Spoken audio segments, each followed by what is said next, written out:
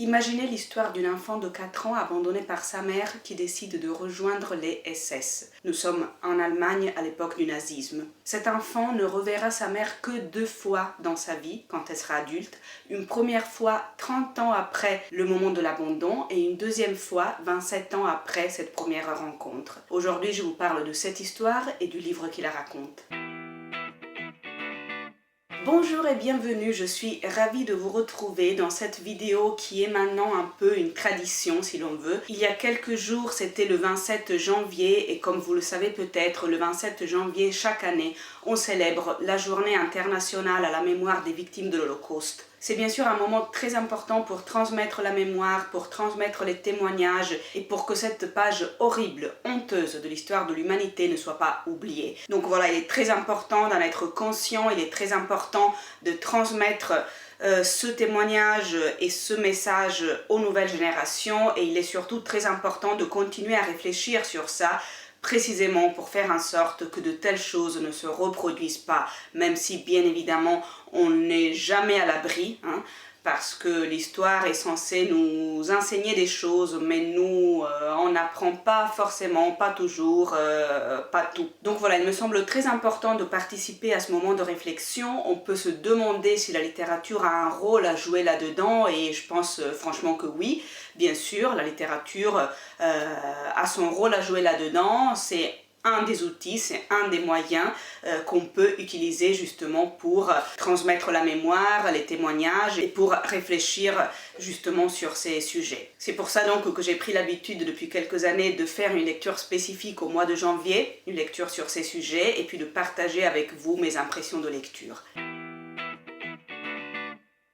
Le livre que j'ai choisi de lire cette année et que je vais donc vous présenter aujourd'hui s'appelle « Laisse-moi partir, mère » de Helga Schneider.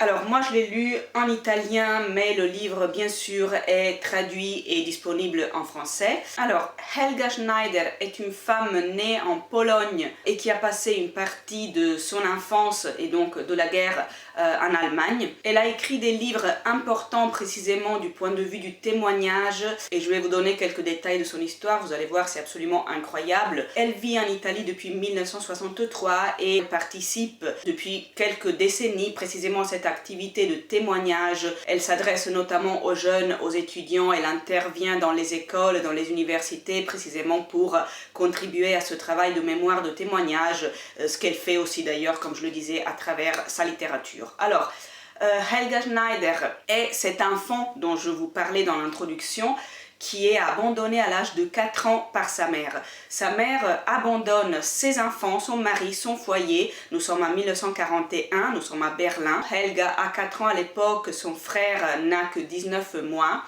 Et Helga ne reverra plus sa mère, sauf quand elle sera déjà adulte. Il y aura uniquement 2 rencontres. Une première rencontre 30 ans après le moment de l'abandon et une deuxième fois 27 ans après cette première rencontre. Alors, après avoir été abandonnée par sa mère, Helga connaît un autre moment dramatique avec la deuxième femme de son père. Son père, au bout d'1 an, se remarie avec une femme qui refuse Helga. Ça se passe beaucoup mieux avec son frère qui était vraiment un bébé. Donc voilà, la nouvelle femme de son père accepte le bébé mais elle a du mal à accepter Helga. Venons donc à cette première rencontre avec sa mère au bout de 30 ans.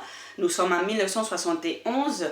Helga décide de rencontrer sa mère. Elle veut comprendre, elle veut savoir parce que, et ce n'est pas un détail, elle n'avait jamais su la raison pour laquelle sa mère les avait abandonnés. Ça avait été un secret gardé par tout le monde, par son père, par toute la famille.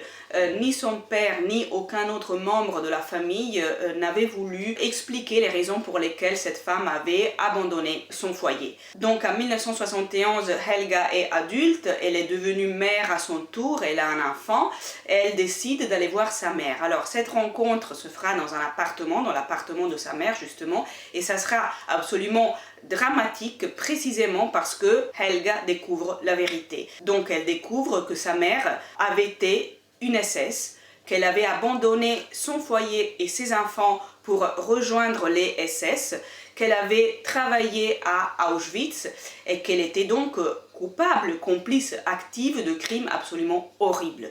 Helga découvre cette vérité qui est déjà affreuse, insupportable en soi, mais il y a autre chose, c'est-à-dire que sa mère ne montre aucun regret par rapport à ce qu'elle a fait, ni dans sa vie personnelle, donc ni par rapport au fait qu'elle a abandonné ses enfants, ni par rapport aux crimes horribles dont elle est responsable. Donc Helga se retrouve face à une femme qui est pourtant sa mère, mais qui ne montre aucun geste, aucun signe d'amour, de tendresse, rien de rien, et qui en plus est toujours une nazie en fait. C'est-à-dire qu'au bout de toutes ces années, elle reste absolument convaincue de cette idéologie qui l'avait poussée à faire ce qu'elle avait fait des décennies auparavant. Elle n'a aucun regret, aucune culpabilité. En gros, c'est toujours une nazie qui ne regrette pas ce qu'elle a fait et qui le referait si c'était à refaire. Donc voilà, vous imaginez le double choc. Helga prend son enfant, elle quitte cet appartement. Et puis voilà, pendant 27 ans, c'est encore le silence, l'absence de rapport, l'absence de contact avec cette femme. Au bout de 27 ans, alors que sa mère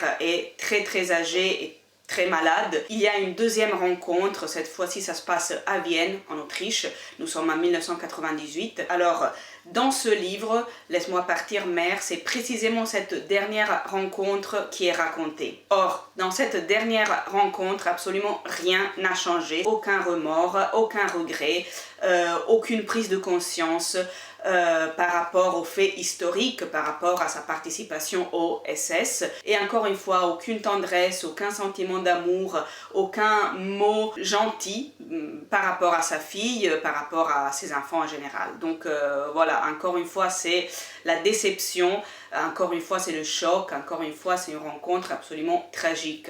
Helga Schneider a été marquée toute sa vie, bien évidemment, on peut l'imaginer facilement par cet abandon, et donc toute sa vie a été marquée par la peur de l'abandon, la peur de ne pas être aimée, etc. On peut l'imaginer facilement. Et cette dernière rencontre n'arrange rien à l'affaire, ne l'aide pas. Elle doit tout simplement renoncer à l'idée d'avoir une mère capable d'être une mère. Donc Helga Schneider, encore une fois, est dégoûtée par cette femme. On peut utiliser ce mot parce que c'est des mots très crus et vraiment sans ambiguïté, sans compromis qui sont utilisés dans le livre, c'est-à-dire que un des éléments les plus intéressants du livre est précisément la manière dont l'autrice est capable d'exprimer cette dualité. D'un côté, un désir et un besoin incroyable de retrouver sa mère, ce qui est la chose la plus naturelle au monde, si l'on veut, et en même temps,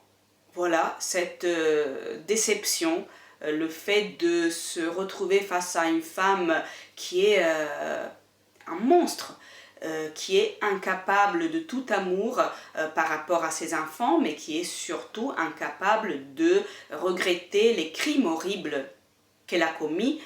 Donc une femme vis-à-vis de laquelle Helga ne peut éprouver que de la haine, que du refus, même s'il s'agit de sa mère. Et Helga exprime tout cela sans aucune ambiguïté, encore une fois, hein, vraiment. Il n'y a aucune nuance qui ferait dire d'accord, elle a fait ça, mais c'est ma mère, donc tout va bien.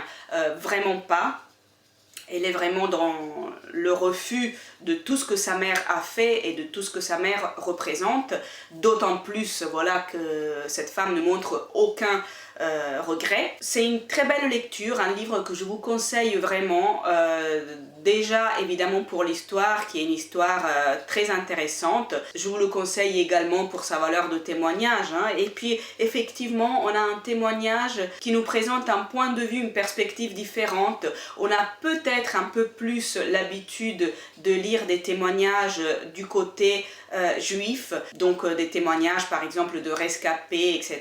Alors que dans ce cas-là, nous avons le témoignage d'une fille d'une SS, qui est une victime, elle aussi, la fille, hein, je veux dire, pas la SS bien sûr, mais la fille, elle est une double victime, si l'on veut, une victime pour son histoire personnelle. Imaginez l'horreur de se faire abandonner par sa mère, d'autant plus quand on connaît les raisons pour lesquelles cette mère a abandonné son foyer. Et elle est aussi une victime historique parce que c'est une fille qui a vécu la guerre, qui a vécu des choses horribles à cause de la guerre. la peur des bombes, le fait de devoir vivre voilà, caché précisément pour essayer de ne pas mourir. Elle a souffert de la faim, elle a vu des choses horribles, elle a vu la ville dans laquelle elle vivait, Berlin, s'effondrer, brûler littéralement. Donc bien sûr, c'est une victime du point de vue personnel intime et du point de vue historique, elle aussi. Donc voilà, je reprends le fil, c'est un livre qui est intéressant pour l'histoire qu'il raconte et pour la perspective différente, si l'on veut, de cette histoire. C'est un livre important aussi pour son rôle de transmission de la mémoire et de témoignage. Et puis c'est un livre qui est aussi agréable du point de vue de l'écriture parce que voilà, il a une structure qui est intéressante, ça se lit bien et c'est agréable à lire, voilà. Même si c'est clairement pas un livre à mon sens qui va marquer ou changer l'histoire de la littérature, c'est pas un chef-d'œuvre du point de vue littéraire, mais ça se lit bien, c'est agréable quand même à lire. Donc voilà, lisez-le. J'espère que cette vidéo vous a plu, si c'est le cas mettez un j'aime et surtout abonnez-vous à la chaîne si ce n'est pas encore fait. Et puis évidemment, laissez-moi vos commentaires ci-dessous. Vous savez que je suis toujours ravie de vous lire et de vous répondre. C'est très important pour moi. Et puis en l'occurrence, voilà, j'aimerais bien savoir si vous avez déjà lu ce livre ou si vous comptez le faire. Et bien sûr, si vous avez d'autres conseils de lecture concernant ce sujet, bien sûr, ça sera intéressant de partager ces conseils de lecture. On se retrouve très vite avec la prochaine vidéo. Bisous.